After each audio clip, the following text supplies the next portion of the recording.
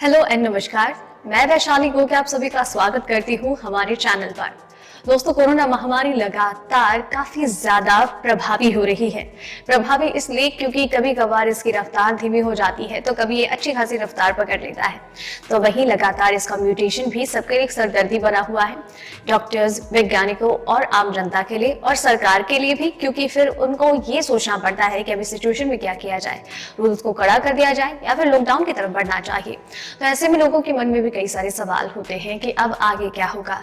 इसी के साथ ही वैक्सीनेशन शुरू है, नई वैक्सीन बनानी है और वैक्सीनेशन के साथ भी बहुत सारी खबरें और अपडेट्स आती हैं जो कभी कभार हमें टेंशन दे देती हैं तो कभी कभी हमें सुकून और शांति भी प्रदान करती हैं। लेकिन इतनी सारी खबरों में से मैं सिर्फ आपको बताऊंगी 5 महत्वपूर्ण खबरें। तो आइए दोस्तों, जान लेते हैं आज की 5 खबरों के बारे में। लेकिन यहाँ पर हम सबसे पहले बात करेंगे हमारे देश में कोरोना के हाल पर। भारत में पिछले 24 घंटे में सामने आए 14,000 नए मामले, 100 से ज्यादा लोगों की मौत। जी हाँ दोस्तों, लगातार अब भारत में भी कोरोना वायरस ने एक बार फिर से तेजी पकड़ ली है, जो कि एक चिंता का विषय है, क्योंकि पिछले 24 घंटे में कोरोना वायरस की वजह से 14,000 नए कोरोना मामले सामने आए हैं, जिसके बाद कोरोना के कुल मामले 1,09,77,387 हो गए हैं। तो वहीं इस दौरान 101 लोगों की कोरोना वायरस की वजह से जान भी जा चुकी है, जिसके बाद कुल मृतकों की संख्या 1,56,212 हो गई है। तो वहीं लगातार कोरोना वायरस को लोग मात भी दे रहे हैं और स्वस्थ होकर अपने घर भी लौट रहे हैं। बात की जाए एक्टिव केसेस की तो उनकी संख्या 1,43,127 है।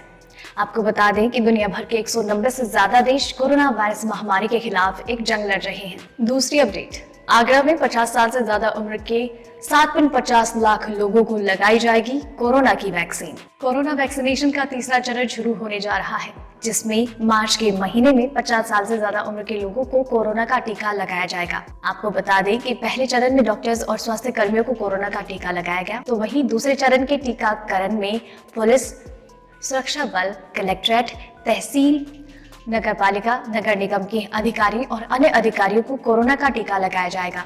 और तीसरे चरण में आम लोगों में 50 साल से ज्यादा उम्र के लोगों को कोरोना का टीका लगाया जाएगा और तीसरे चरण का टीकाकरण मार्च के महीने में शुरू होगा।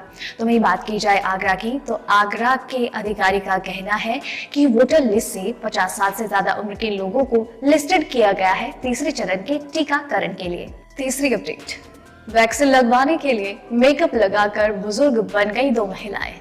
वैक्सीन लगी तो खुला राज। अमेरिका में कोरोना वैक्सीन लगवाने के लिए 2 महिलाओं ने कुछ ऐसा कर दिया कि वैक्सीन लगवाने के साथ ही वो पहुंच गई हैं सीधे पुलिस स्टेशन।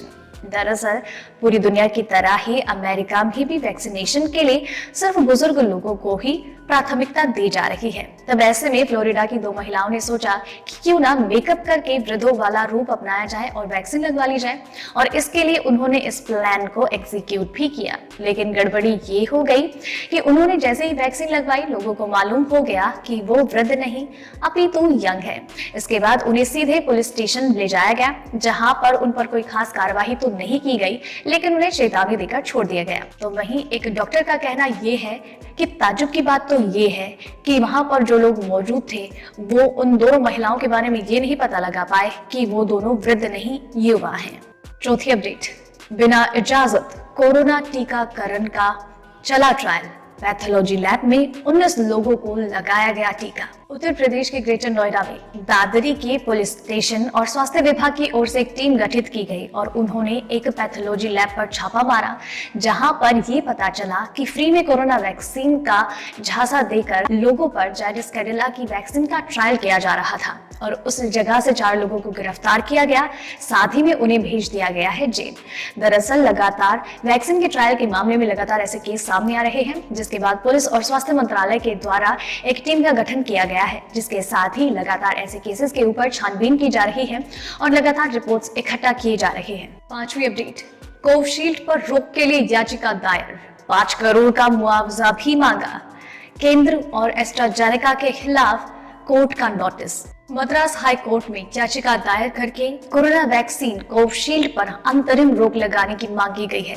साथ ही 5 करोड़ का मुआवजा देने को लेकर भी याचिका दायर की गई है। दरअसल 41 वर्षीय आसिफ रियाज का कहना ये है कि उन्हें अक्टूबर के महीने में कोरोना का टीका लगाया गया था, जिसके बाद उन्हें गंभीर रिएक्शंस का सामना करना पड़ा और ये सब कोरोना वैक्सीन की वजह से हुआ है, जो कि सीरम इंस्टीट्यूट ऑफ इंडिया के द्वारा निर्मित है, जिसका नाम है कोविशील्ड। और उसके बाद उन्हें एंटीजन और एंटीबॉडी का टेस्ट किया गया और जो कि नेगेटिव आया। उनके अनुसार पहले उनका एंटीजन और एंटीबॉडी का टेस्ट किया गया, जिसके बाद उन्हें अक्टूबर के महीने में कोरोना का टीका लगाया, जिसके बाद रिपोर्ट्स नेगेटिव आई। इसके साथ ही केंद्र सरकार, ICMR, serum institute of India और अन्य कई सारे विभागों को मद्रास हाईकोर्ट के द्वारा एक समन भेजा गया है। साथ ही मद्रास हाईकोर्ट के द्वारा ये भी कहा गया है कि इस पर पूरे तरीके से रिपोर्ट दी जाए और अगली सुनवाई 26 मार्च को होगी। तो दोस्तों, ये थी आज की टॉप 5 खबरें। उम्मीद करती हूँ आपको पसंद आई होगी और आपके लिए इसी तरीके से हर रोज, हर बार, हर रात 8 बजे